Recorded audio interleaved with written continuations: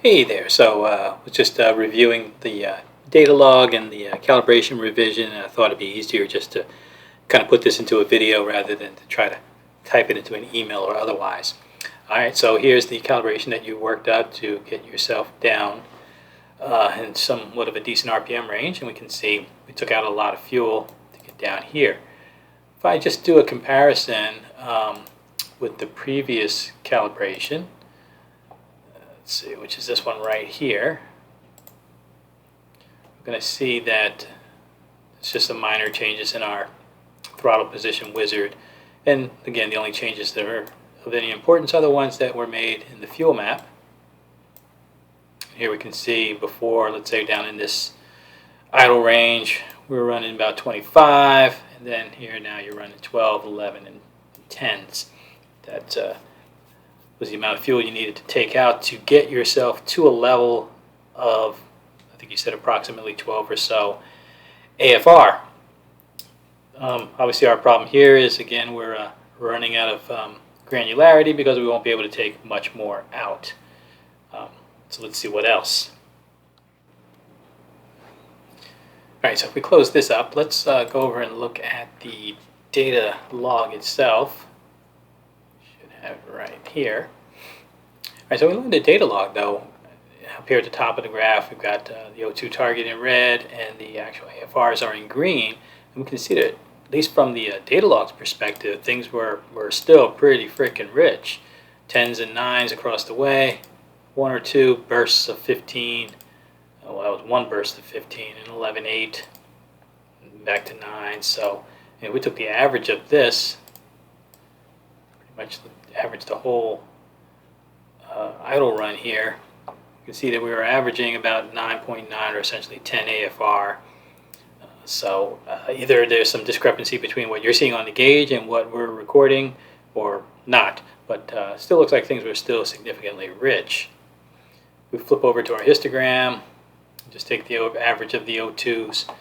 Here in the idle range, we can see we're running between 10.04 and 9.76. So again, things kind of rich with our goals there. All right, so next let me tell you about the idea I was thinking about. If I come back over here to the AEM part of things, let's just go look at our fuel map while we are looking at it. So typically in a speed density based map, we're looking at RPM and engine load, right? So manifold pressure on one axis and RPM on the other axis, and we're using those as our driving force for how much fuel we may be running or how much timing we may be running. So again, we've got up to 24.5 psi down to minus 9.2 psi in the manifold pressure, and then we're doing timing based on those lookups along with another few modifier tables and so forth. So that's great, and generally that works for almost all the cars, 3000 GTs and all the other ones that we work with. However, let's flip over here and just take a look at another thing I was telling you about. So this happens to be a Haltech plug-and-play unit on a Nissan Skyline GTS-T, kind of like a GTR, except it's a rear-wheel drive only. Now, with these cars, the interesting thing is that they have to be TPS-based fuel. So here you're seeing RPMs on the one axis and then throttle position on this other axis here, as opposed to usually we expect it to do this in RPM and manifold pressure. If we go over here to the setup, I'm just going to look at the main setup on this one, and you're going to see here you have these options, right? So our tuning method is volumetric efficiency, and pretty much that's all we're ever really going to do in a speed density based car.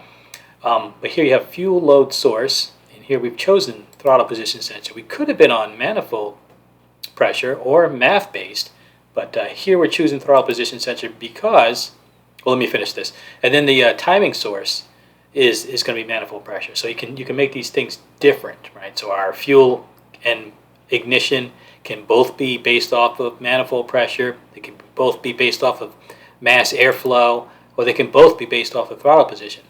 I generally don't like throttle position because it's kind of very old school and it doesn't really reflect everything that's going on with the engine and the car at that time. However, as I said, for these Skylines, this is the only way. If you try to do fuel load based off of manifold pressure, it just doesn't work. Not really sure about the why. I think I understood it at one point.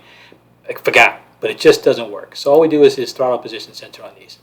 The last thing I want to add with that, so we talked about compensation tables, and let's see. So as I said, if you're just doing fuel and it's based off of throttle position, well, I don't necessarily like it. I mean, it's okay when you're kind of in sort of this idle and cruising range, but when you're getting up into boost, and boost can be at different RPMs and different throttle positions. So it doesn't really, to me, make sense, because I might have a high throttle position and be in a low gear, not generating any boost, so I don't really need as much more fuel.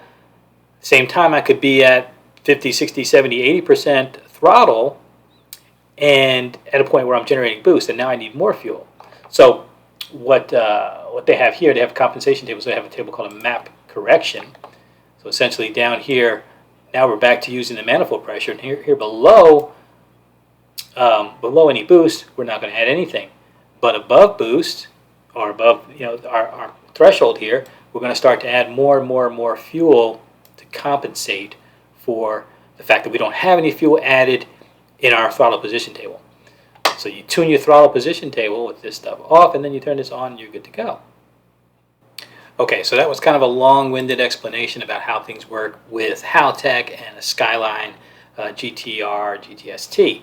Flipping this back over to AEM, we have something we can do similarly.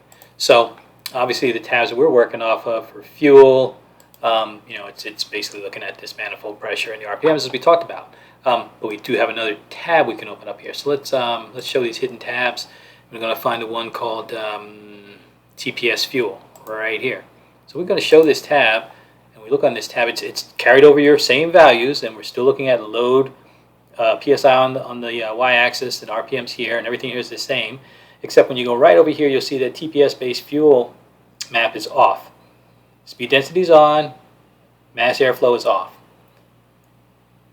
We're going to go in here and we're going to turn this on, hit enter, and now you can see our y-axis just changed, just like that Haltech one. It's now we're looking at throttle position from no throttle position up to a full throttle position in RPMs. Kept your same fuel map in here for the moment, and we can adjust this as we need to. And here, the equivalent of, let's flip back over to Haltech for a moment, the equivalent of this map correction table right here, we have something that we do in AEM. It's called the hybrid boost fuel model. And again, same thing. So when we're in negative or in vacuum, we're not changing anything in terms of fuel. And then it's basically an algorithm that says, as I increase my amount of boost pressure, I should increase my amount of fuel by a certain amount. And that is proportional to the amount of boost pressure we're adding here. All things being equal, we should get the additional fuel that we're looking for when we're under boost the same way Haltech does it. So I'm going to send you out a map. We're going to try this on TPS fuel only. Maybe we might get lucky and get past all the issues we've been having.